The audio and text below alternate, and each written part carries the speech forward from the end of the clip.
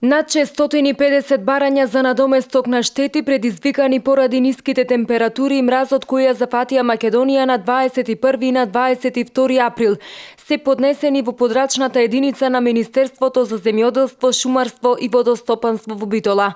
Од таму информираа дека зафатени се над 900 хектари земјоделски површини, а најмногу оштетување има кај лозовите насади, јаболката, крушите и црешите. Комисиите одма излего на терен на лице место на увид, од кои вчера завршија комисиите, тие три комисии, некаде околу 650 барања имаше од овие хектари, од кои 200 хектари лозје и некаде околу 600-700 хектари овоштарство беше пријавено.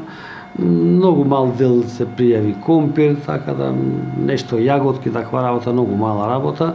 Меѓутоа се воглавно беше лозаровоштарство пријавено. Според увидот од страна на Комисијата за проценки, штетата кај земјоделските производители во Пелагонија е од 50 до 100%, а најмногу се погодени подрачјата околу Битола и Могила. Штетите навистина беа големи, особено во лозарството имаше штети 100% уништување, значи имаше 100%.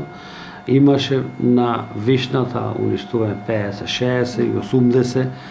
Црешите, јабоката исто 80-90, 100 некаде уништени, значи така да се зависеше од нагибот на теренот на површината на кое место се наоѓа, дали била засолнета или не била засолнета, али сепак штетите над 50 одеа горе сите. На ниво на држава пак вкупно 11.000 земјоделци пријавиле штети од оцните пролетни мразови во подрачните единици на Министерството за земјоделство. Најмногу од нив се од Кавадарци, тоа 3.000, од Неготино 2.700, 2.100 од Ресен, а во Берово, Делчево и Борадови штети пријавиле повеќе од 1.000 земјоделски стопанства. Во другите општини бројот на поднесени барања е помал.